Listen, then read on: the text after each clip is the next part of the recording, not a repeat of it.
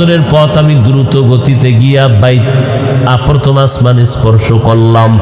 ওখানে গিয়া দেখি আসমানে দুইটা দরজা, জমরত ইয়াকুত পাথর দ্বারা দরজাগুলো বানানো, আর দোনোটা দরজায় দুইটা তালা লাগানো, নূরের তৈরি এক একটা তালা।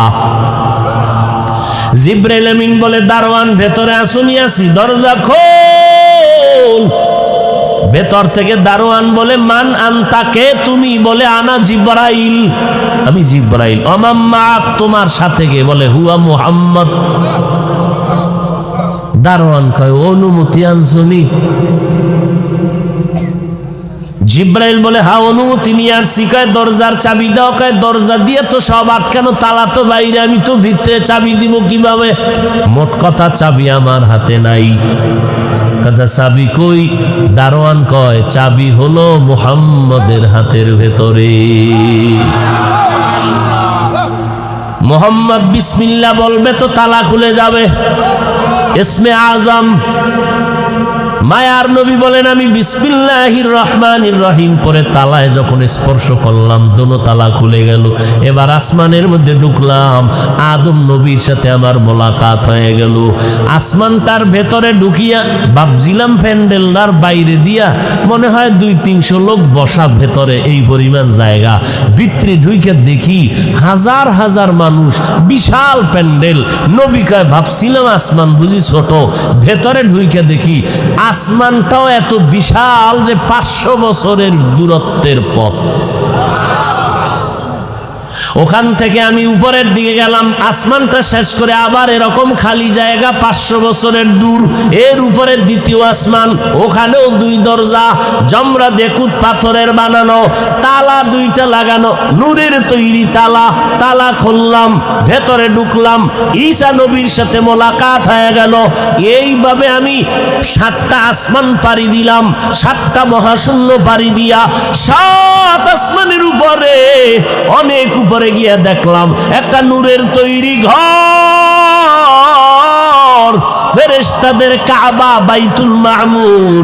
70,000 নূরের ফেরেশতারা এটাকে বারবার তাওয়াফ করে। এক সিরিয়ালে 70,000 তাওয়াফ করার পরে কিয়ামতের আগে আর সিরিয়াল তাদের আসবে না, এত বেশি ফেরেশতা। নবী বলেন, এর উপরে গেলাম সিদরাতুল মুনতাহা, বিশাল একটা বড়ই গাছ। বড়ইগুলো কত? এক একটা বড়ই তেলের ড্রামের মতো বড়। বড়ই গাছটার পাতাগুলো কালকে লাল, হাতির কানের মতো। ওখান থেকে আবার উপরে আমার সফর শুরু। এবার আমি যাচ্ছি উপরে, চলছে আমার বাহন। আগুনের স্তর পাড়ি দিয়া যাইতেছি, আমি দেখতেছি আমি আগুনের মধ্য দিয়া যাই, কিন্তু আমার গায়ে আগুন লাগে না। এভাবে যাইতে যাইতে যাইতে যাইতে অন্ধকারের পরে আবার পানি, পানির মধ্য দিয়ে আমার বাহন চলে, পানি আমার শরীরে লাগে না। এত দ্রুত যাইতেছি, যাইতে যাইতে হঠাৎ অনেক উপরে, পানির উপরে গিয়া দেখি আল্লাহর বানানো নূরের আরশে আজিম ওই পানির উপরে। 8 জন ফেরেশতারা নূরের তৈরি আরশে আজিমটা কাঁধে নিয়ে দাঁড়ানো, তাদের পা হলো 7 জমিনের নিচে। আরো আস্তে করে বলেন, কার কুদরত? আরশে আজিমটার ভেতরে ঢুকবো, জুতা 2টা আমার পায়ে ছিল, খুলতে চাইলাম, আল্লাহর অর্ডার এসে গেল, জুতা নিয়ে ঢুকতে পারেন। আরশে আজিমে ঢুকার পরে দেখি বিশাল বড় একটা তক্তা, এটার নাম লাউহে মাহফুজ। লাউহুন মানে তক্তা, মাহফুজ মানে সংরক্ষিত। ওখানে আমি দেখলাম ওই বিশাল নূরের তৈরি আরশে আজিমের তক্তায় 30 পারা কোরআন সুন্দর করে লেখা।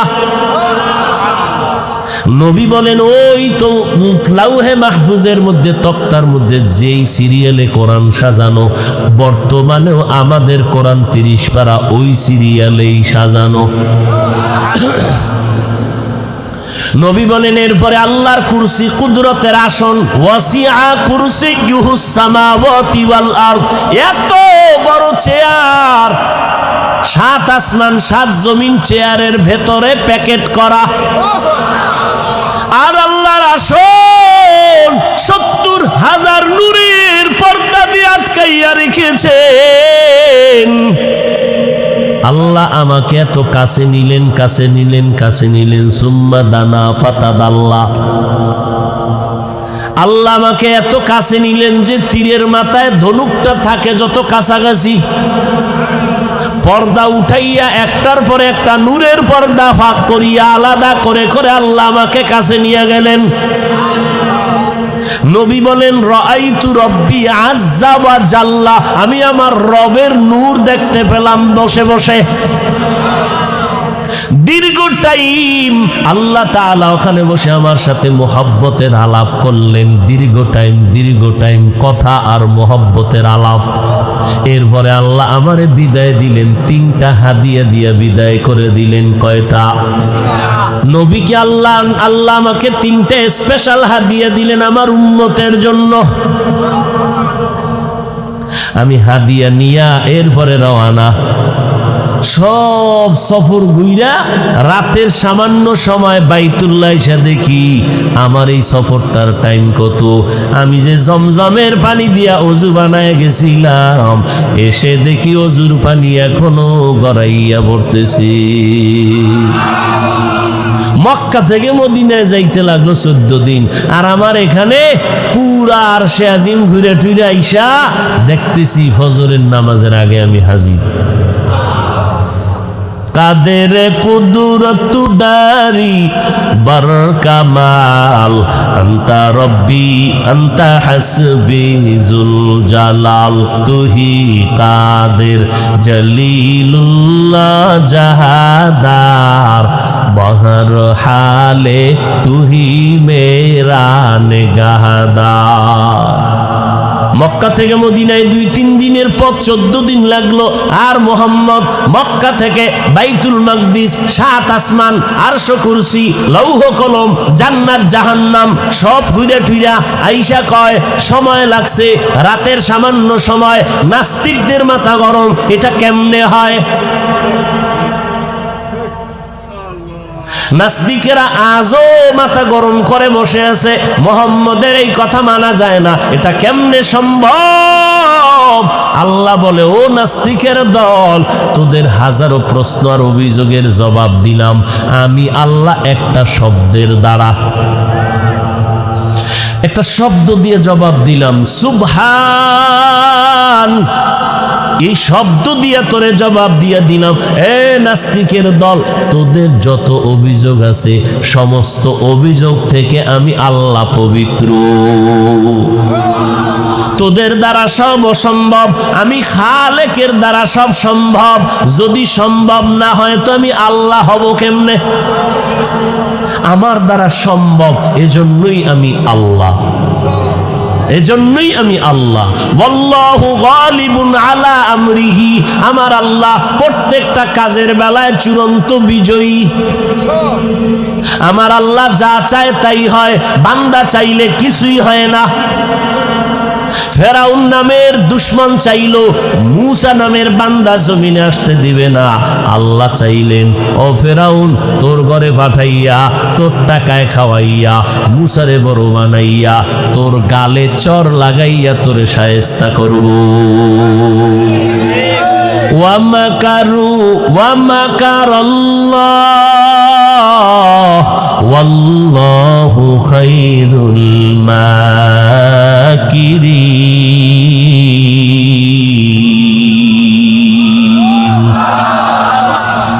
আমার আল্লাহর সাথে চালাকি করিয়া নমরুদ আগাইতে পারে নাই, ফেরাউন আগাইতে পারে নাই, কারুন আগাইতে পারে নাই। অতএব বাহাদুরি ভাব অন্তর থেকে দূর করে দেও, নিজের কোনো ভাব নাই।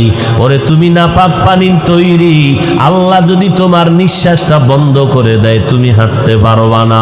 পানি কাটা বনেও বাধা দিয়া রাখতে পারে না, যেই পানি সব সময় দৌড়ায় কেউ বাধা দিয়া ধরে রাখতে পারে না, সেই পানিটা দেখ গলায় গিয়ে আটকাইয়া গিয়া কত মানুষ মরিয়া গেল।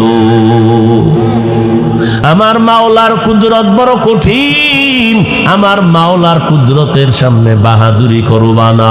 নমরুদ বাহাদুরি করে টিকতে পারে নাই, ফেরাউন টিকতে পারে নাই, সাদ্দার টিকতে পারে নাই। যত বড় বাহাদুর দাবি করো তুমিও টিকতে পারবা না।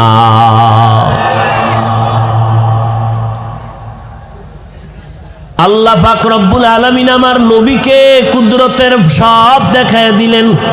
নাস্তিকরা বলে এটা সশরীরে হয় নাই, ঘুমের মধ্যে হইছে হয়তো, নিলে এটা কি সম্ভব?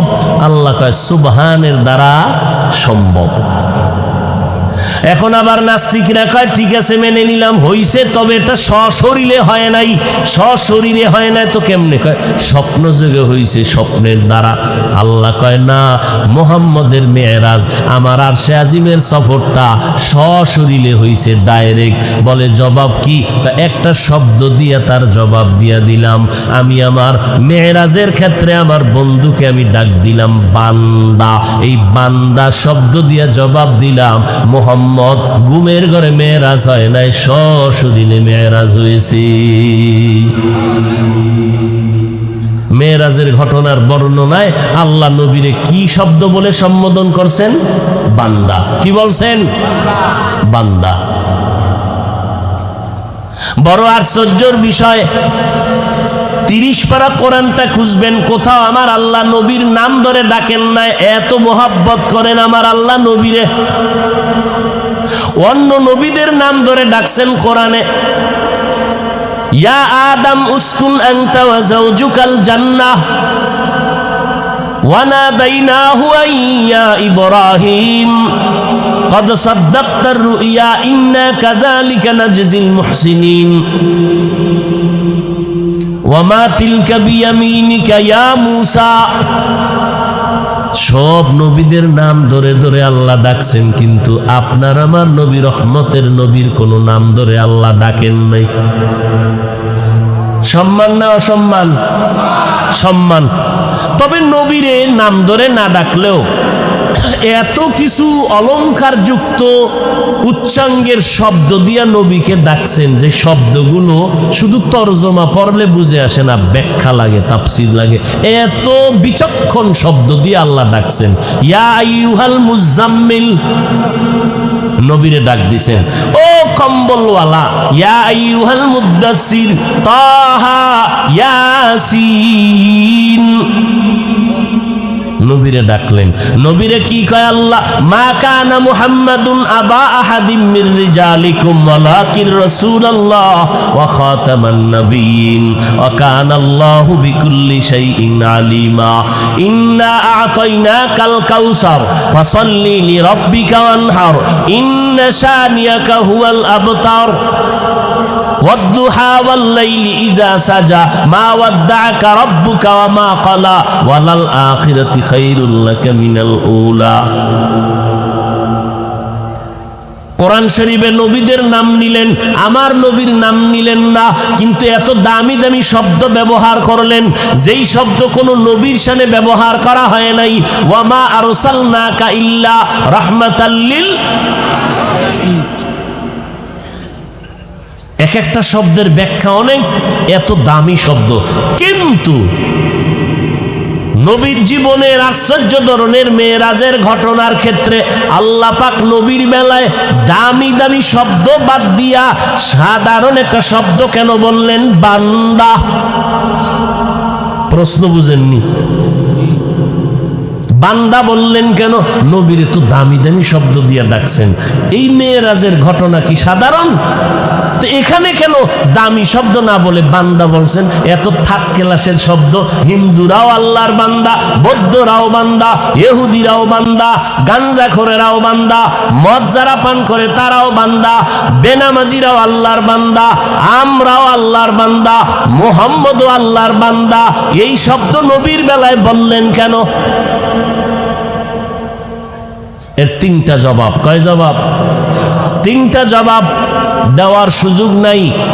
আল্লাহর কাছে দোয়া করি নবীর আদর্শওয়ালা জিন্দেগি আমাদের আল্লাহ তৌফিক দান করেন। নবী মেরাজ থেকে কয়টা হাদিয়া নিয়ে আসছেন মনে নেই? এর মধ্যে 1 নাম্বার হাদিয়া 50 ওয়াক্ত নামাজ। কয় ওয়াক্ত নামাজ? ষষ্ঠ আসমানে আইসা মুসা নবীর সাথে মোলাকাত। আপনার আল্লাহ কি দিছে? আলহামদুলিল্লাহ, আল্লাহ আমার উম্মতের 3টা হাদিয়া দিছে। এর মধ্যে একটা হাদিয়া 50 ওয়াক্ত নামাজ। মুসা নবীকে তাড়াতাড়ি দৌড় দেন, আল্লাহর কাছে যান, আপনার উম্মতেরা পারবে না, কমাইয়া নিয়ে আসেন। নবী গেলেন, 5 কমে গেল। মুসা নবীর কাছে আসছে, আবার কয় পারবে না। এভাবে 9 বার আপ ডাউন করলেন, 5 করে কমে গেল। 9 বারে 45 নাই, আছে কত? মুসা নবী কয় এটাও পারবে না, আবার যান। কথা আবার যদি 5 কমায় দেয় তা আমি খালি হাতে যাবো? এটা একটা কথা হইল? তোমার লগে দেখা হইয়া তা কাউরি বেজে গেল। আমার উম্মতের জন্য আমি পাইছি, কি খুশি! মুসার লাগে দেখা হইয়া একটা ভেজাল লাগিয়ে গেল। বারবার যাইতে যাইতে 45 নাই, এখনো কয় যাইয়া ওটাও কমাই দিয়ে।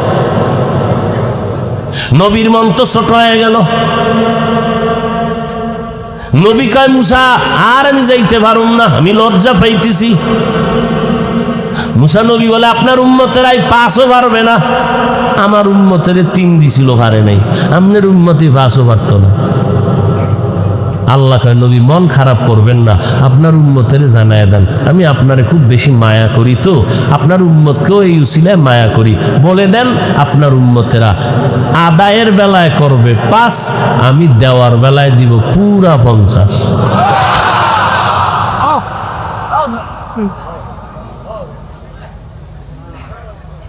আহা, সেই 5 ওয়াক্ত নামাজও আমরা পড়ি না, 50 দিলে কি উপায় হতো? হায় হায়। নবী বলেন মুমিন বেঈমানের মাঝে ব্যবধান হলো নামাজ। বেঈমানেরা নামাজ পড়ে না, মুমিনেরা নামাজ ছাড়ে না। মুফতিয়ানে কেরাম ফতুয়ার কিতাবে লিখেছেন আল জামাআতু সুন্নাতুন মুআক্কাদাতুন লা ইয়াতরুকুহা ইল্লাল মুনাফিকুন।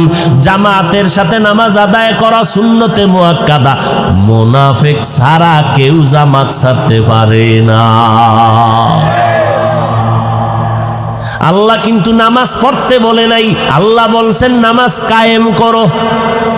নামাজ পড়তে বলছেন না, কায়েম করতে বলছেন। কায়েমের অর্থ 3টা। কয়টা? 3টা। এর মধ্যে কিছু কিছু মাওলানারা একটা দইরা প্যাচ লাগাই দিছে, বাকি 2টার খবর নাই। কারণ ইন্টারনেট হুজুর তো মোবাইল দেখে দেখে ওয়াজ করে। হ্যাঁ, 5 ওয়াক্ত নামাজ আল্লাহ কেমন দয়াময়। ও বান্দা, এই 5 ওয়াক্ত নামাজ যে পড়বা, ও নবী জানায় এদিকে আমি আল্লাহ নজর রাখলাম, বান্দার যেন লেখাপড়ায় ক্ষতি না হয়, চাকরিতে ক্ষতি না হয়। আমি আল্লাহ এইভাবে সিস্টেম করে দিলাম, 5 বেলার নামাজ এমন ভাবে পড়বা তোমার চাকরিও চলবে, ব্যবসাও চলবে, তোমার লেখাপড়া চলবে, নামাজও চলবে। এরপরেও যদি না পড়ো তা তোর দোকানে চুরি হবে না তো কার দোকানে হবে? তোর ঘরে আগুন লাগবে না তো কার ঘরে লাগবে? তোর মাইয়া বলার কিডনি যাবে না তো কার কিডনি যাবে? এত সুযোগ দিলাম আমি আল্লাহ যে 5 ওয়াক্ত নামাজ পড়বি, সারা দিন রাতে 24টা ঘন্টা, বান্দা 22 ঘন্টা সময় তুমি তোমার কাজে লাগাও, বাকি থাকলো 2 ঘন্টা। এই 2টা ঘন্টা তোমার কল্যাণে আল্লাহর জন্য দাও। তাও একসাথে দেওয়া লাগবে না, পারবা না। ফজরের নামাজে 4 রাকাতে 20 মিনিট দিয়া এইবার একটু রেস্টে যাও, এবার নাস্তা কইরা দোকানে যাও। আবার দুপুর বেলা তোমার ক্ষুধা লাগবে, ওই ক্ষুধা নিবারণের জন্য তুমি দোকান বন্ধ করে আসিয়া 20 মিনিট সময় দিয়া 10 রাকাত নামাজ পড়ে খাইয়ে একটু কাইলুলা করো, আরাম করে আবার দোকানে যাও, আবার দোকানদারির ফাঁকে আইসা একটু রেস্ট নাও। মানুষ পড়তে পড়তে টিফিনের টাইম দেয়, লেইজার দেয়, একটু ছুটি দেয় রেস্টের জন্য, 20 মিনিট দেয় না? আল্লাহ কয় তোর একটু ছুটি। ব্যবসার ফাঁকে এবার আসরের 4 রাকাত নামাজে 20 মিনিট, আবার দোকানে যা, আবার মাগরিবের 5 রাকাতে 20 মিনিট, আবার দোকানে যা, আবার এশার 9 রাকাতে 20 মিনিট, এবার দোকানে যাবি না, ব্যবসায় যাবি না, এবার যাবি ঘরে। ঘরে যাইয়া মাইয়া ভোলারে সময় দে, স্ত্রীর হক আদায় কর, পেট বইরা খাইয়া লইয়া সন্তানের নিয়ে একটু সময় দাও, হক আদায় করো, সন্তানের 2-1টা মাসলা মাসাইল শিখাও, সন্তানের একটু বয়ান দাও, কারণ তোমার সন্তান তোমার ভবিষ্যৎ। এই সন্তান ভালো হলে তোমার দুনিয়ার মানুষ তোমারে ভালো বলিয়া দোয়া করবে, আর সন্তানের চরিত্র যদি খারাপ হয়, এই সন্তানের খারাপ বলার কারণে তুমিও বরদোয়া পেয়ে যাবে। অতএব সন্তানের সময় দাও। কপাল পরা মুসলমান সারাদিন ব্যবসা চাকরি করিয়া রাত্র 12টায় বাসায় যায়, যাইয়া 3 পেট খাইয়াও সন্তানের খবর নাই, স্ত্রীর খবর নাই, বিছনায় পইরা আবার গজবের মোবাইল নিয়ে ব্যস্ত রাত কাটায়। ভাইরা আমার, 5 বেলার নামাজ তুমি পড়িয়া এশার নামাজ পড়ে খায়ালে ঘরে ঘুমায় যাও, এবার উইঠা আবার ফজরের সময় 4 রাকাত নামাজ পড়বা। এই যে ঘুমাইলা, দেখো বাবা তোমার ঘুমের কিন্তু ক্ষতি আমি করি নাই। আমার মতো এরকম মায়ার আল্লাহ আর একজন কই ভাইবা বলো তো? হ্যাঁ, মা বাবা ছেলে সন্তান বড় হইলে পেরেশানি বাইরে যায়, মাইয়াটারে বিয়ে দেওয়া লাগে তাড়াতাড়ি না, পাগল, পাত্র পায় না, বিয়ে টিয়ে দেওয়া শেষ। স্বামী আর স্ত্রী কয় স্বর্ণ রূপার ভানি ল, গোসল টোসল কইরে উডি, একটা বালা গেছি গা, শেষ মুসিবত। ছেলেটার ডাইকা খাই বিয়া শাদি করাই দিছি, ওই সিফায় একটা রুম উড়াইয়া ওখানে থাক, কামাই রুজি কর, আমাকে আর মাথায় পেরেশানি দিবি না, কামাই রুজি করে আমাকে 1 টাকাও দেওয়া লাগবে না, তুই খা নাইলে মইরা যা, আমাকেও পেরেশানিতে রাখবি না। বাপ মা বাইসে গেছে, একটা বিপদ শেষ। আল্লাহ কয় দেখ বান্দা, তোর যা দরকার সব আমি অগ্রিম দেওয়ার পরে আমি কই নাই তোরে ছাইরা দিছি, আমি আবার খোঁজ নেই তোর কিছু লাগবে নি, রাতের গভীরে ডাক দেই, আল্লাহ আমি মুস্তাগফির, আমি প্রতি রাত্রে ভোর রাত্রে আইসা ডাকি, এই তোরে যা দিছি লাগবে না এতে হবে, যদি লাগে বল কি লাগবে বল। আমি আল্লাহ ঘুমাই না, তোর মা ঘুমাইছে, আমি প্রথম আসমানে আইসা করছি, কি দরকার চাইতে দেরি, আমি দিতে দেরি নেই। অতি গভীর হয় রজনী যখন, নীরবে প্রভুর নাম জপিও তখন, প্রভুর করুণা যদি পাইবারে চাও, গভীর রাতে উঠে প্রভুর গুণগান গাও। দুনিয়ার মানুষ তোমার 1 গ্লাস পানি দিতে চায় না, কয় বোতল আছে 15 টাকা দাও। কি পরিমাণ তোমার আপন। তুমি যদি বলো বন্ধু 500 টাকা লাগবে আগামীকাল সকালে, রাতের বেলার থেকে মোবাইল বন্ধ, ঠিক নেই? আল্লাহ কয় আমি তো বন্ধ রাখি নাই, তোর থেকে পানি নিলেও টাকা চায়, তোরে বিদ্যুৎ দিয়া টাকা চায়, আর আমি আল্লাহ সূর্যের আলো তোরে দিয়া দিলাম, কোনো বিল নেই, ফ্রি পানি দিলাম, ফ্রি বাতাস, ফ্রি হসপিটালে পাইপ লাগাইছো, শ্বাসকষ্ট, 2 ঘন্টা পরে কয় এত হাজার বিল দাও। আল্লাহ কয় এত পরিমাণ পানি দিলাম, কোনোদিন আমার 1 টাকাও বিল দিলি না, কিচ্ছু লাগবে না, তোর জন্য সব ফ্রি, খালি 5 ওয়াক্ত নামাজটা ঠিক মতো পড়, জিহ্বা হেফাজত কর, মা বাবার খেদমত কর, ওলামায়ে কেরামের পরামর্শ নিয়ে নবীর সুন্নত অনুযায়ী চল, তোরে আমি দুনিয়াতে বাদশাহী দান করব, আখিরাতেও বিনা হিসাবে জান্নাত দিয়ে দেব।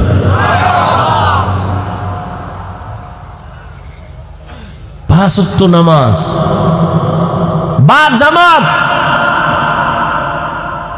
আপনারা পীর সাহেবের দরবারে আইসা মোটামুটি টুকটাক পড়েন, মাইয়া ভোলার খবর কি? হ্যাঁ, কি বাহাদুর, 5 ওয়াক্ত নামাজ পড়ে, কি বাপ। সালাম দিলেও লয় না, কেন? আমি বেনামাজি। ও নামাজি, বেনামাজির সালাম লইবে না।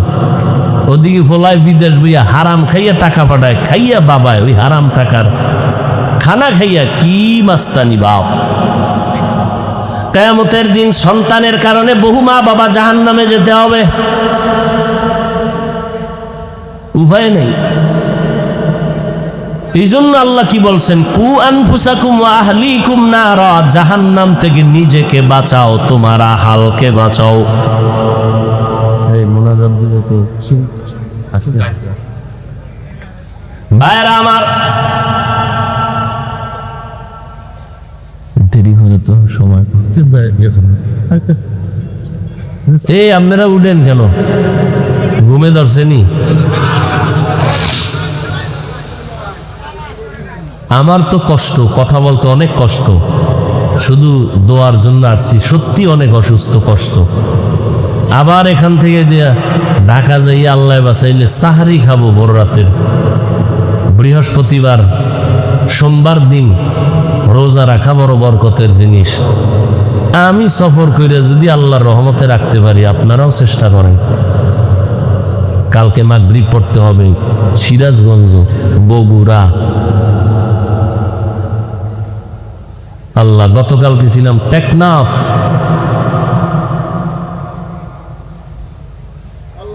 থাকলে মইরা গেল মানুষ, কইব না, দোয়াও করবো না, এমনি বয়ান দিবে খুব। হুজুর বেশি বয়ান করেন না, চিল্লেন না, খবরদার, শরীরের দিক খেয়াল রাখেন। হ্যাঁ, বাড়ির দাওয়াতে যখন যাই না, 3 ঘন্টার নিচে ছাড়বেন না। মানুষ এত বড় বেইনসাফি নজর নিয়ে চলে।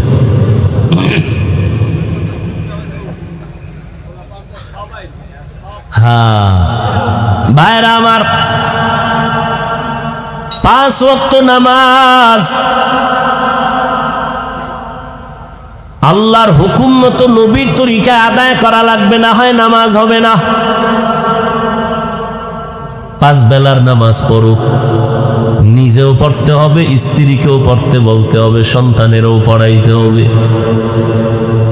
1 বেলার নামাজ ছাড়ার উপায় নাই। আল্লাহ কোরআন শরীফে চ্যালেঞ্জ দিয়ে দিছেন, যার নামাজ যত সুন্দর তার আমল আখলাক তত সুন্দর। ইন্না সালাতা তানহা আনিল ফাহশাই ওয়াল মুনকার ওয়া লাযিকরুল্লাহি আকবার। নামাজ সমস্ত পাপের কাছ থেকে মানুষকে ফিরায় রাখবে। দোয়া হয়ে যাবে এক্ষুনি। পিসা হুজুর আসতেছেন, দোয়া করে।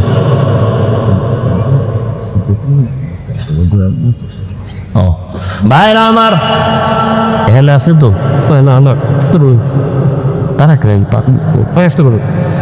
ভাইরা আমার, এই উঠেন কামিয়া, আমার লয়ে যান একসাথে। কেউ খাবে কেউ খাবে না, তা হবে না, তা হবে না। থাকলে সবাই থাকি, গেলে সব যাই। 5 বেলার নামাজ আল্লাহর মোহাব্বত দিয়ে নবীর তরিকায় 5 বেলার নামাজ আদায় করতে হবে। 1 ওয়াক্ত নামাজ ছেড়ে দেওয়ার কোনো সুযোগ আসেনি। ও চলাবাঙ্গার যুবকেরা বলো, নামাজ কয় ওয়াক্ত? মাঝে মাঝে 2-1 ওয়াক্ত ছেড়ে দেওয়ার সুযোগ নাই, তো পড়েন না কেন? ও যুবক, তোমার মতো কত যুবক স্কুল কলেজে পড়িয়াও 5 বেলার নামাজ পড়ে, আছে না নাই?